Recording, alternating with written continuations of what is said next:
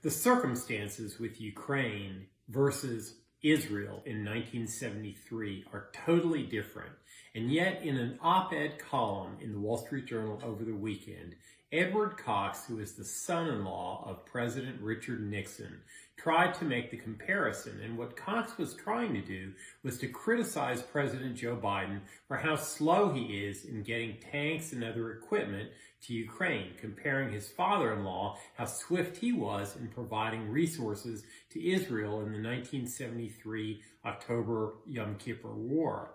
But it's not a good comparison, and in fact, it shows that Cox really doesn't understand the foreign policy of his own father-in-law, even though Cox worked in the White House at the time in 1973.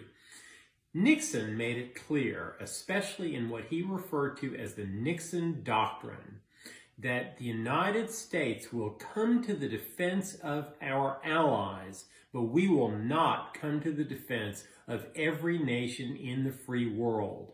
And that's an important distinction with Ukraine, because Ukraine clearly, number one, is not an ally of the United States. Number two, Ukraine has no strategic asset. It is not a strategic interest to the United States.